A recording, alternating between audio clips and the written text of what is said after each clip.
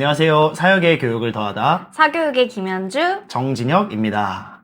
네, 저희 사교육 이제 시작을 하는데요. 그 첫 번째 시작은 바로 사역계획서 편입니다. 이제 매해 연말이 되면은 전도사님들께 이런 요청이 올 거예요. 전도사님, 이번 주까지 내년도 사역계획서 제출하세요.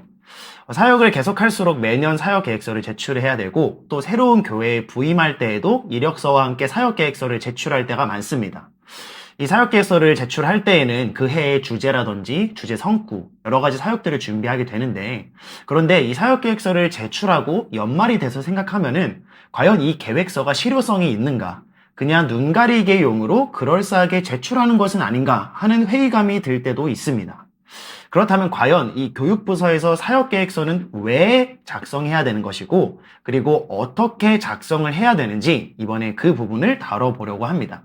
우리 현주님은 이 사역계획서를 교육부서에 도대체 왜 제출을 해야 된다고, 왜 작성해야 된다고 생각하세요? 사역계획서를 작성하는 이유는 여러 가지가 있을 것 같아요. 근데 몇 가지를 조금 생각해 보자면, 이 사역계획서를 작성하는 첫 번째 이유는 교회 전체가 유기적으로 같은 목적을 갖기 위함입니다.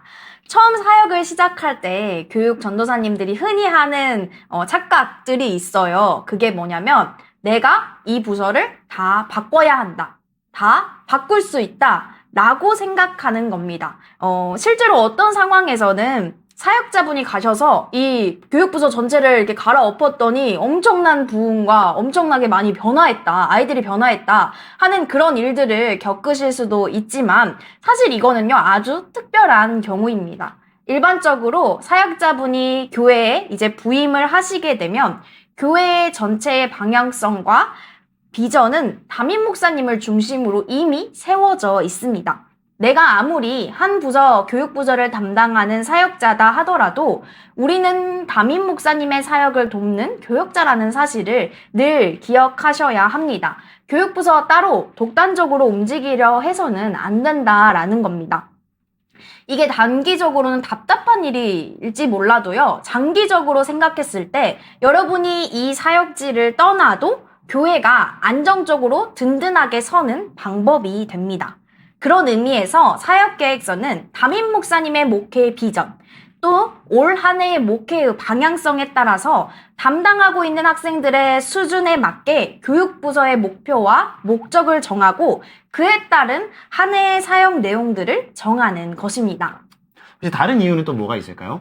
네, 두 번째로 이제 사역계획서를 쓰는 이유는 한 해의 교육 계획을 세우고 그 목적과 목표를 따른 사역을 하기 위함입니다. 뒤에서 이제 더 자세하게 말씀을 드리겠지만, 모든 사역에서요, 목적과 목표 진술은 굉장히 중요합니다. 사실 사역을 처음 시작하시는 분들의 대부분의 사역을 계획하실 때 본인들이 해왔던 것들, 그리고 경험했던 것들 위주로 이 사역이 계획되어지고 진행됩니다. 본인의 주일학교 시절에 했던 것이나 청년 시절에 교사를 하면서 경험했던 사역들을 주로 이제 사역을 계획하실 텐데요. 사실 그게 나쁜 것은 아니에요. 그런데 문제는 뭐냐면 그 사역을 하는 구체적인 목적과 목표를 생각하지 않는다는 게 진짜 문제입니다. 우리가 보통 여름 수련회, 제자 훈련, 성경 암송, 성경 퀴즈대 이런 것들 이제 진행을 하잖아요. 그렇다면 예를 들어서 여름 성경학교의 목표 뭘까요? 우선은 2박 3일 동안 학생들이 공동체 생활을 배우고, 무엇보다 중요한 거 예수님을 만나고, 또 애들끼리 친해지는 거 아닐까 싶습니다. 네, 대부분의 이제 사역자분들이 그렇게 생각하실 텐데, 이런 거 말고 담임 목사님의 목회의 방향과 해당 교육부서의 한 해 목표와 목적에 맞는 여름 수련회의 목표와 목적이 세워져야 하는 겁니다. 그래야 사역의 방향성도 잃지 않고 매년 같은 사역을 해도 똑같지 않을 수가 있습니다. 한 해의 교육 계획이 없다면 아무런 목표와 목적 없이 내가 경험했던 사역들, 과거에 경험했던 사역들 이것도 해보고 저것도 해보고 하면서 반복하다가 끝이 나는 겁니다. 정리하자면 사역계획서를 쓰는 이유는 목적과 목표에 따라 한 해의 교육 계획을 세우고 후에 평가하여서 더 나은 사역을 만들어내는 데 있습니다. 네, 맞습니다. 이렇게 목적과 목표 세우고 또 평가하는 방법을 우리 사역계획서 편에서 쭉 살펴볼 예정이기 때문에 이제 이어지는 영상들도 참고해 주시면 좋을 것 같습니다. 이 이외에도 또 여러 가지 이유들이 몇 개 더 있을 것 같은데 몇 가지만 더 다뤄주시면 좋을 것 같습니다. 네, 또 사역 계획서를 쓰는 이유 중에 하나는 그 사역 계획을 선생님들과 함께 공유하기 위함입니다. 우리가 사역을 하다 보면 선생님들이 우리 마음처럼 따라주지 않을 때가 굉장히 있는 것 같아요. 근데 그 선생님들의 대부분의 경우는 목회자의, 사역자의 비전을 공유받지 못한 경우들이 조금 많습니다. 사역자와 교사 모두 열심히 많다고 해도요, 한 곳을 바라보지 않는다면 그 열심이 열매로 맺혀지기는 사실 어렵습니다.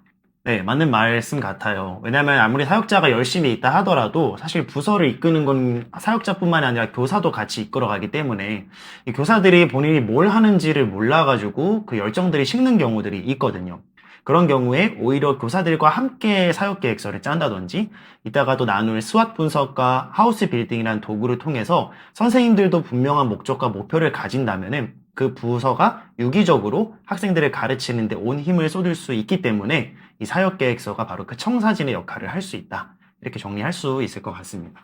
또 제가 생각하는 마지막 하나가 있다면은요. 이제 교육 사역자들은 보통 3년 정도 있으면 그 교회를 떠나게 되는 것이 사실입니다. 그런데 뭐 앞선 사역자가 잘하는 사역자든 못하는 사역자든 그 잘하고 못하고를 떠나서 남겨진 학생들은 계속해서 같은 교육을 받으면서 예수님께로 성장해야 합니다. 그런데 만약 이 계획서들을 제대로 남겨놓지 않고 그냥 훅 하고 떠나버린다면은 뒤이어 오는 사역자들이 이 학생들이 어떻게 교육을 받았는지 제대로 알지 못하고 또 시행착오를 겪다 보니까 그런 피해들을 학생들이 오롯이 받는 경우들이 많은 것 같아요.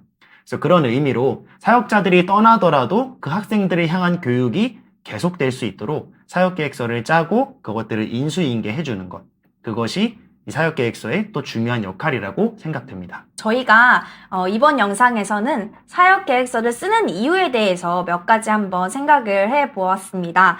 그러면 이제 저희 다음 회에는 어떤 내용이 있죠? 네, 저희가 방금 다룬 것처럼 교회에 유기적으로 같은 목표를 갖기 위한 것, 그리고 목적과 목표를 진술하고 평가하기 위한 것, 교사들과 함께 같은 목표를 가지고 사역하기 위한 것, 마지막으로 우리가 떠나더라도 학생들이 같은 교육을 받을 수 있도록 하는 것, 이런 목적들을 나눴습니다. 뭐 이 외에도 여러 가지 이유들이 있겠지만 지금 나온 이것들을 어떻게 하면 사역계획서에 녹일 수 있는지 구체적이고 실제적인 도구들을 뒤이어 나오는 영상들에서 소개해드리려고 합니다. 바로 다음 편에서는 목적과 목표를 어떻게 설정하여 사역계획서를 작성할 수 있는지 그것에 대해 다뤄보도록 하겠습니다.